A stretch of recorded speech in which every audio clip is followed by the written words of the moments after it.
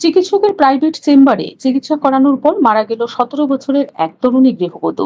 মৃত গৃহবধূর নাম রাখি সাহা, বয়স ১৭, বাড়ি তেলিয়ামুড়া থানাধীন হাওয়াইবাড়ি এলাকায়। অভিযোগে জানা গেছে, তেলিয়ামুড়া শহরের জনপ্রিয় মেডিকেল হল নামের একটি ওষুধের দোকানে আগরতলার এক চিকিৎসক বিগত বেশ কিছুদিন ধরে ওই তরুণী গৃহবধূর চিকিৎসা করছেন। ওনার ব্যবস্থাপত্র অনুযায়ী বিভিন্ন ধরনের রক্তের নমুনা পরীক্ষা নিরীক্ষা করানো হয়। পরবর্তী সময়ে ওই চিকিৎসক জানান, রোগীর ফুসফুসে জল জমেছে।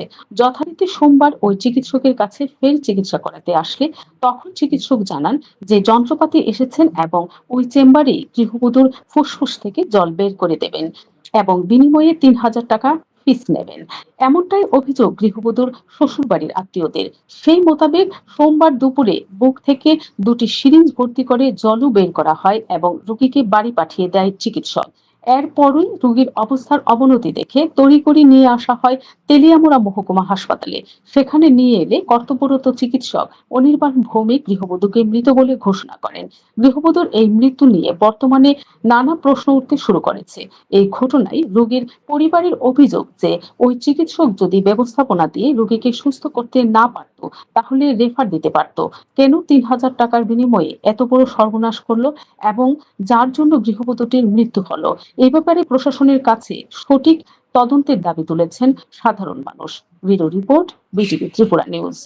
ডাক্তারের অবহেলা এবং জনপ্রিয় মেডিকেল হলের অবহেলার কারণে একটি ২৫ বছরের মাকে বেঘুরে প্রাণ হারাতে হয়েছে।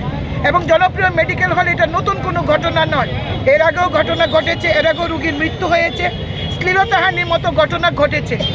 এই ডাক্তার টিকে সরকার এক্স আইএলএস হসপিটাল ফিজিশিয়ান। আমি আইএলএস হসপিটালের সঙ্গে কথা বলেছি, বলছে কয়েকদিনের জন্য আইসিইউতে ছিল, তার কোনো ওপিডি, কোনো নলেজ নেই, কোনো হাসপাতালের সঙ্গে জড়িত না, কোনো ক্লিনিক তার নেই।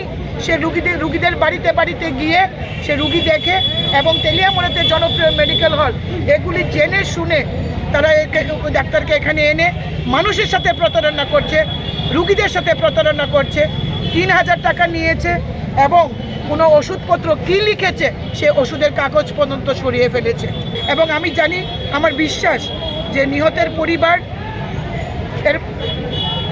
তার সুবিচার পাবে। সঠিক তদন্ত করবেন আমাদের ওসি সাহেব এবং তার এন্টায়ার টিম, সঠিক তদন্ত করে দোষীদের যেন শাস্তি প্রদান করা হয়।